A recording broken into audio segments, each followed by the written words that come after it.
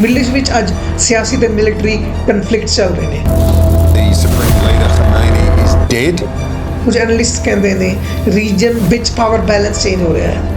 שואל אם אני מרגיש שאני בשליחות. Social media ਤੇ discussions ਵਿੱਚ conflicts ਨੂੰ ਤਿੰਨ ਤਰੀਕਿਆਂ ਵਿੱਚ ਐਕਸਪਲੇਨ ਕੀਤਾ ਜਾਂਦਾ ਹੈ: ਜੀਓਪੋਲਿਟਿਕਸ ਦੀ ਜੰਗ, ਰਿਸੋਰਸਿਸ ਤੇ ਪਾਵਰ ਦੀ ਰੇਸ, ਰਿਲੀਜੀਅਸ ਜਾਂ ਆਈਡੀਓਲੋਜੀਕਲ ਕਨਫਲਿਕਟਸ। ਗ੍ਰੇਟਰ ਇਜ਼ਰਾਈਲ ਇੱਕ ਥਿਊਰੀ ਹੈ ਜਿਹਦੇ ਮੁਤਾਬਿਕ ਇਜ਼ਰਾਈਲ ਆਪਣੀ ਇਨਫਲੂਐਂਸ ਜਾਂ ਟੈਰੀਟਰੀ ਮਿਡਲ ਈਸਟ ਵਿੱਚ ਹੋਰ ਵਧਾ ਸਕਦਾ ਹੈ।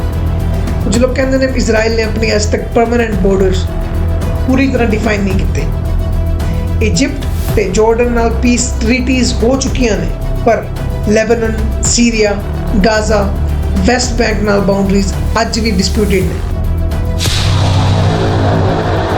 ਜ਼ੀਓਨਿਸਟ ਮੂਵਮੈਂਟ ਦੀ ਸ਼ੁਰੂਆਤ 19th ਸੈਂਚੁਰੀ ਦੇ ਐਂਡ ਵਿੱਚ ਹੋਈ ਸੀ। ਇਸ ਮੂਵਮੈਂਟ ਦੇ ਫਾਊਂਡਰ ਥਿਓਡਰ ਹਰਜ਼ਲ 1897 ਵਿੱਚ ਸਵਿਟਜ਼ਰਲੈਂਡ ਵਿੱਚ ਵਰਲਡ ਜ਼ੀਓਨਿਸਟ ਕਾਂਗਰਸ ਹੋਈ। ਹਰਜ਼ਲ ਨੇ ਓਟੋਮਨ ਸੁਲਤਾਨ ਅਬਦੁਲ ਹਾਮਿਦ ਨੂੰ ਪ੍ਰਪੋਜ਼ਲ ਦਿੱਤਾ ਕਿ ਜੂਇਸ਼ ਓਟੋਮਨ ਅੰਪਾਇਰ ਦਾ ਸਾਰਾ ਕਰਜ਼ਾ ਚੁਕਾ ਦੇਣਗੇ ਜੇ ਪੈਲੇਸਟੀਨ ਵਿੱਚ ਸੈਟਲਮੈਂਟ ਮਿਲ ਜਾਵੇ। ਸੁਲਤਾਨ ਨੇ ਇਹ ਪ੍ਰਪੋਜ਼ਲ ਰਿਜੈਕਟ ਕਰ ਦਿੱਤਾ। ਰਿਲੀਜੀਅਸ ਰੈਫਰੈਂਸਿਸ ਵਿੱਚ ਗ੍ਰੇਟਰ ਇਜ਼ਰਾਈਲ ਦਾ ਆਈਡੀਆ ਰਿਲੀਜੀਅਸ ਟੈਕਸਟ ਨਾਲ ਜੋੜ ਕੇ ਐਕਸਪਲੇਨ ਕੀਤਾ ਜਾਂਦਾ ਹੈ। ਜੈਨੇਸਿਸ 15:18 ਵਿੱਚ ਇੱਕ ਪ੍ਰੋਮਿਸਡ ਲੈਂਡ ਦਾ ਜ਼ਿਕਰ ਮਿਲਦਾ ਹੈ। ਇਸ ਇੰਟਰਪ੍ਰੀਟੇਸ਼ਨ ਦੇ ਮੁਤਾਬਿਕ ਟੈਰੀਟਰੀ ਨਾਈਲ ਤੋਂ ਇਫੂਰੇਟਸ ਤੱਕ ਹੋ ਸਕਦੀ ਹੈ। ਪੋਸੀਬਲ ਇਲਾਕੇ ਕੁਝ ਥਿਊਰੀਜ਼ ਵਿੱਚ ਮੈਂਸ਼ਨ ਹੁੰਦੇ ਨੇ: ਫਲਸਤੀਨ, West Bank, Gaza, Jordan, Lebanon, Syria, Iraq ਦੇ ਕੁਝ ਹਿੱਸੇ, ਟਰਕੀ ਦੇ ਕੁਝ ਹਿੱਸੇ, ਸਾਊਦੀ ਅਰੇਬੀਆ ਦਾ ਕੁਝ ਹਿੱਸਾ, ਇਜਿਪਟ ਦਾ ਸਿਨਾਈ ਪੈਨਿਨਸੂਲਾ। ਓਟੋਮਨ ਅੰਪਾਇਰ ਦਾ ਰੂਲ ਈਅਰ 1299 ਵਿੱਚ ਓਟੋਮਨ ਅੰਪਾਇਰ ਦੀ ਸ਼ੁਰੂਆਤ ਹੋਈ। ਓਟੋਮਨ ਅੰਪਾਇਰ ਨੇ ਲਗਭਗ 600 ਸਾਲ ਤੱਕ 3 ਕੰਟੀਨੈਂਟਸ ਤੇ ਹਕੂਮਤ ਕੀਤੀ।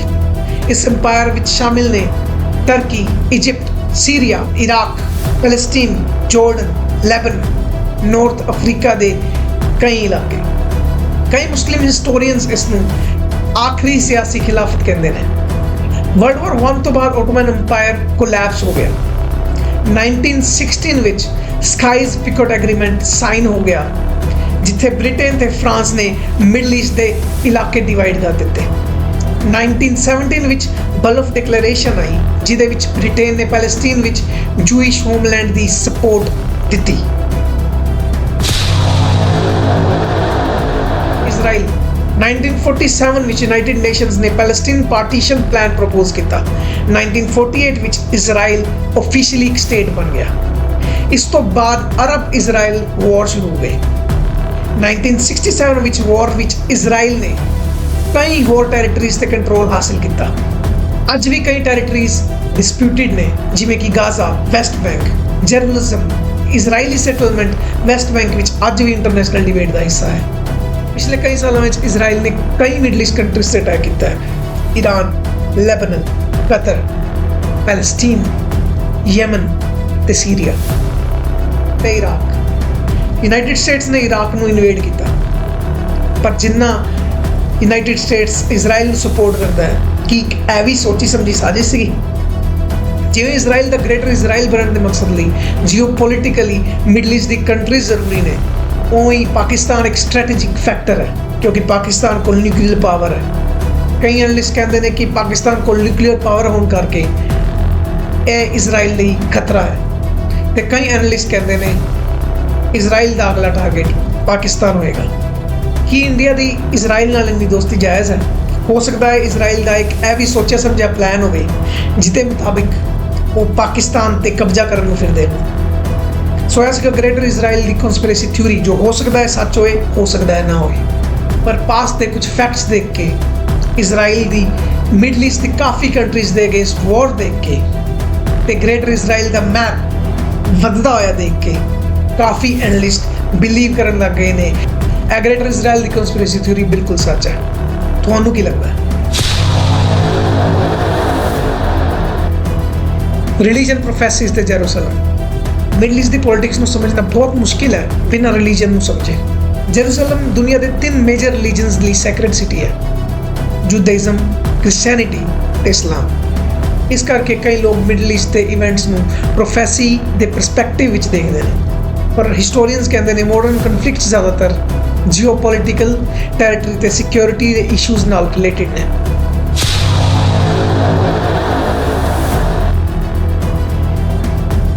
ਹਿਟਲਰ ਜੂਇਸ਼ ਅਗੇਂਸਟ ਨਫ਼ਰਤ ਦੀ ਹਿਸਟਰੀ। ਜੂਇਸ਼ ਹਿਸਟਰੀ ਵਿੱਚ ਇੱਕ ਬਹੁਤ ਡਾਰਕ ਚੈਪਟਰ ਹੈ।